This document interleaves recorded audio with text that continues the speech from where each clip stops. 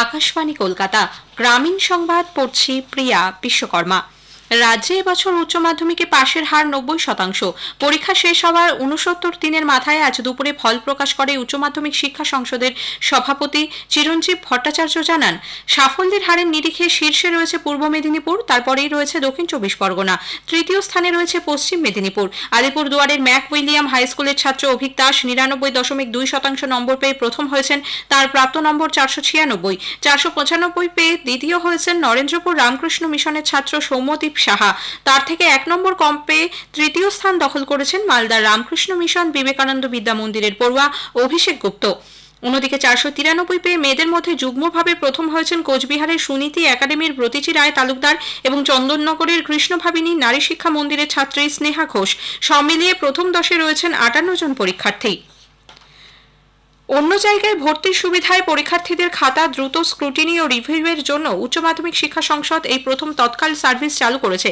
চলতি বছরের উচ্চ মাধ্যমিক পরীক্ষার জন্য যারা রিভিউ বা স্ক্রুটিনি চান, আগামী শুক্রবার থেকে সোমবার রাত 12টা পর্যন্ত আবেদন জানানো যাবে। তবে এক্ষেত্রে নির্দিষ্ট ফিজের তুলনায় বেশি ফিজ দিতে হবে। আবেদন জানানোর 7 দিনের মধ্যে সংশোধিত শংসাপত্র দিয়ে দেওয়া হবে বলে সংসদের পক্ষ থেকে জানা গেছে। গ্রীষ্ম বা পুজোর ছুটিতেও এবার একাদশ দ্বাদশ শ্রেণীর পড়ুয়াদের পঠন পাঠন চলবে।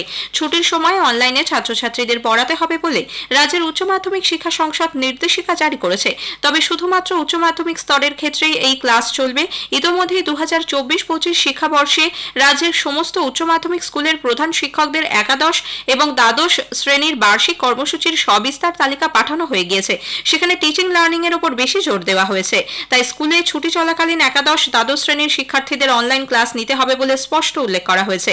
এ প্রসঙ্গে উচ্চ মাধ্যমিক শিক্ষা সংসদের সভাপতি চিরঞ্জীব ভট্টাচার্য জানিয়েছেন, মাধ্যমিকের তুলনায় উচ্চ মাধ্যমিকের পাঠ্যক্রমে বিষয় সংখ্যা অনেক বেশি। সেমেস্টার পদ্ধতিতে প্রথম পরীক্ষা হবে সেপ্টেম্বর মাসে। রাজ্যে পঞ্চম দফা লোকসভা নির্বাচনে 88 জন প্রার্থী প্রতিদ্বন্দ্বিতার আসরে রয়েছেন। গত সোমবার মনোনয়নপত্র প্রত্যাহারের সময়সীমা শেষ হয়। এই দফায় বনগাঁ, ব্যারাকপুর, হাওড়া, উলুবেড়িয়া, শ্রীরামপুর, হুগলি ও আরামবাগ এই 7 আসনে ভোট নেওয়া হবে আগামী 20 মে। অন্যদিকে ষষ্ঠ দফায় ভোটের জন্য মনোনয়ন প্রত্যাহারের সময়সীমা আগামীকাল শেষ হচ্ছে। নির্বাচন কমিশন আজ এক বিবৃতিতে জানিয়েছে, তৃতীয় দফায় রাজ্যে গড়ে ভোট পড়েছে 77.53%। এখনো পর্যন্ত মুর্শিদাবাদ থেকে সর্বাধিক 81.52% ভোট পড়ার খবর পাওয়া গেছে, যদিও তা চূড়ান্ত নয়। অমাবস্যার কোটাল ও ঝড় বৃষ্টির জেরে সুন্দরবনের কাকদ্বীপের নদী বাঁধে বড়সড় ধস নেমেছে। পাশাপাশি মাটির বাঁধেও ফাটল দেখা দিয়েছে।